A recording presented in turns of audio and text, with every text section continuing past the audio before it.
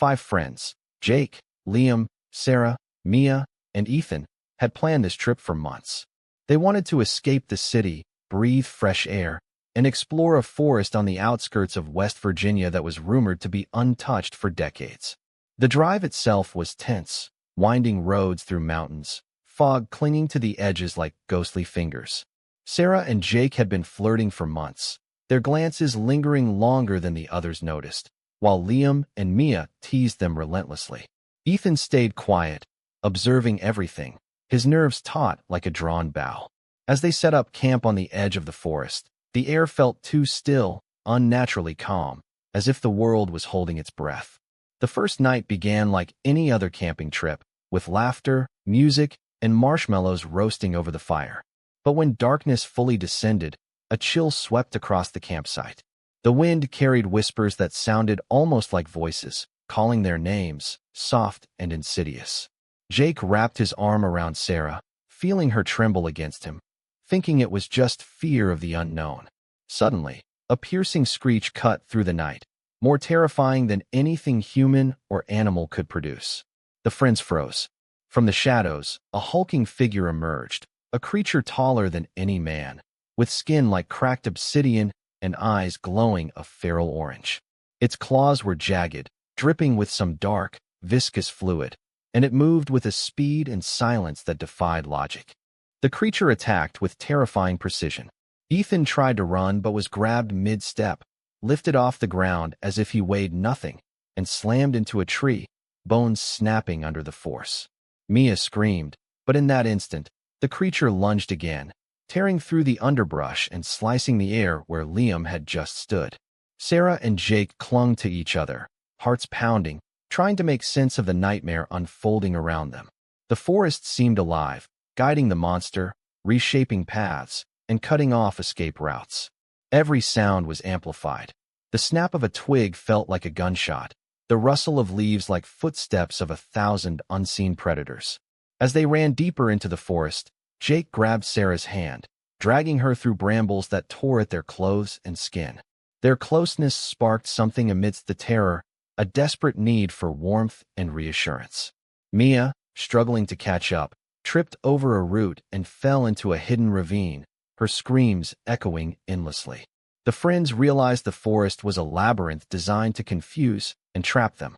Every clearing they reached seemed to twist and distort, returning them to places they had already passed. Shadows moved independently, mimicking them, taunting them, as if the forest itself was mocking their fear. Before they could respond, something stepped out from the shadows. It wasn't a man anymore.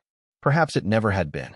Its form was twisted, elongated, its face a mask of rage and hunger. Miller screamed as the creature lunged, its claws tearing into him. Blood sprayed across the concrete walls. Davis fired, the bullets tearing holes through the thing, but it didn't stop. Daniel grabbed the woman, dragging her toward the stairs. The creature howled, a sound that shook the foundations of the house.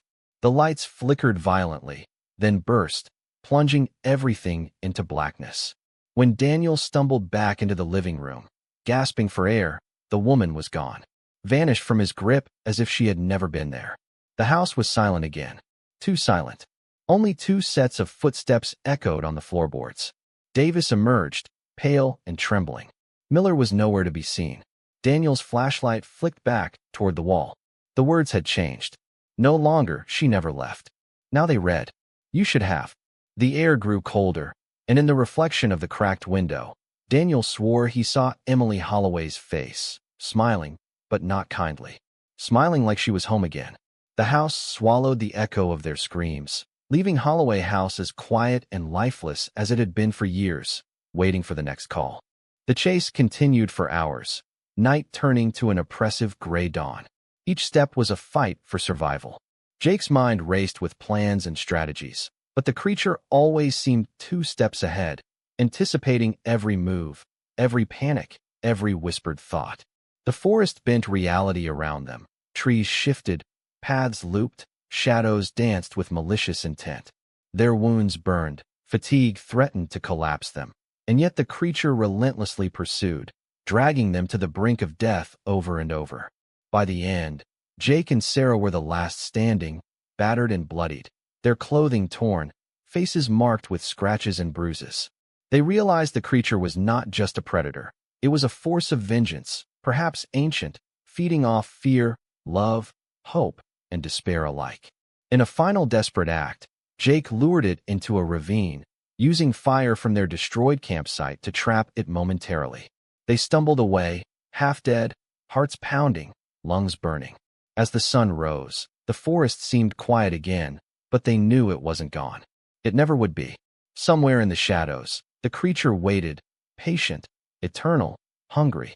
And Jake and Sarah, though alive, were forever changed, bonded in fear, love, and the knowledge that some horrors are not meant to be escaped.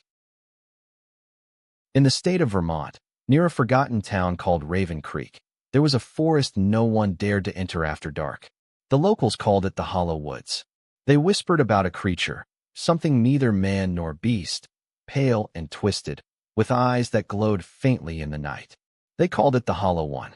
In the fall of 2011, 4 college friends, Ethan, Rachel, Lucas, and Danielle, arrived in Raven Creek for a weekend camping trip.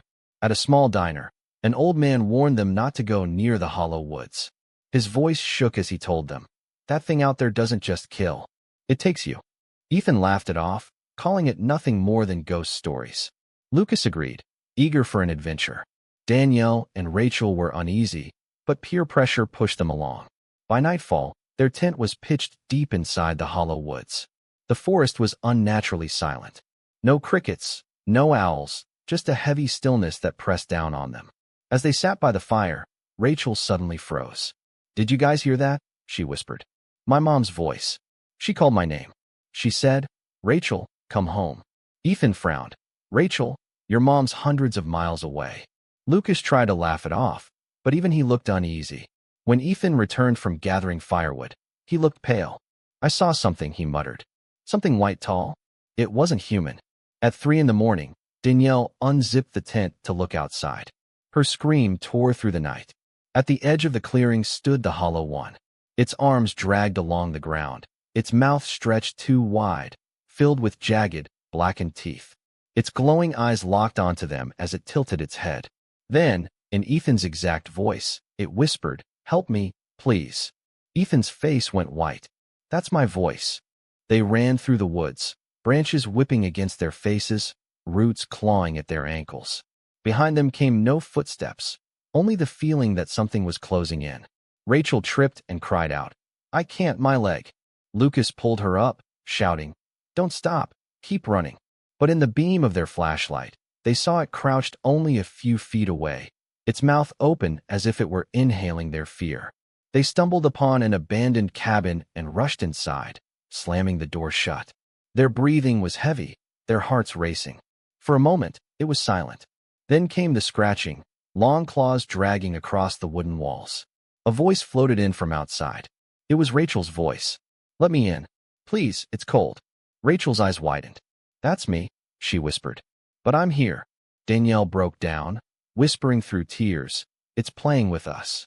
Inside the cabin, they found old journals. The yellowed pages spoke of hunters and travelers who had vanished in the Hollow Woods. One entry described the creature in chilling detail. "It stretches open its jaw until the bones crack. It feeds not only on flesh, but on souls.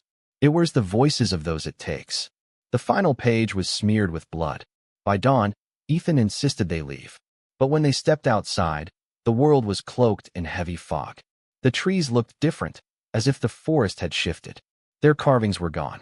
Lucas pulled out his compass, but the needle spun uselessly. Rachel clutched Ethan's arm and whispered, "The woods, it changed." A scream echoed through the fog, Ethan's scream. But Ethan was standing right there. He whispered, horrified, "That was me." They wandered deeper into the fog until they came to a clearing. At its center stood a massive oak, surrounded by piles of bones, skulls, ribs, broken spines. Some were fresh, still glistening with blood. Lucas whispered, trembling, "This is where it feeds." Then the Hollow One appeared. It was taller now, arms dragging, jaw splitting wider with the crack of bone. And it screamed, not in one voice, but in many, the cries of men, women, and children it had consumed. The 4 friends scattered. Rachel heard Danielle's voice calling ahead. This way. Hurry. She ran toward it, desperate, but slammed into the hollow one. Its face had twisted into Danielle's, a grotesque mask of stretched skin and wide eyes. It grinned before lunging at her, and Rachel's scream was lost to the fog. Lucas collapsed against a tree, gasping for breath. But the bark pulsed under his hand, like living flesh. The tree split open, revealing bones embedded within, and long arms reached out, dragging him inside. His muffled cries faded into silence. Danielle stumbled back toward what she thought was the cabin. But inside, pale eyeless figures stood waiting, their jaws slack, their heads turning toward her in unison. She realized with horror they were the souls the Hollow One had already taken. Ethan kept running. At last, the fog began to thin. Streetlights appeared in the distance. Raven Creek. He stumbled onto the road, sobbing in relief. I made it, he whispered. I made it. But the town was silent. The windows were boarded, the doors broken, the streets empty. Hello, he shouted. Somebody help me. At the far end of the street, Rachel appeared. She smiled and waved. Ethan cried, Rachel, you're alive. He rushed toward her, but as he drew close, her smile twisted. Her skin peeled away like paper, revealing the pale, stretched creature beneath.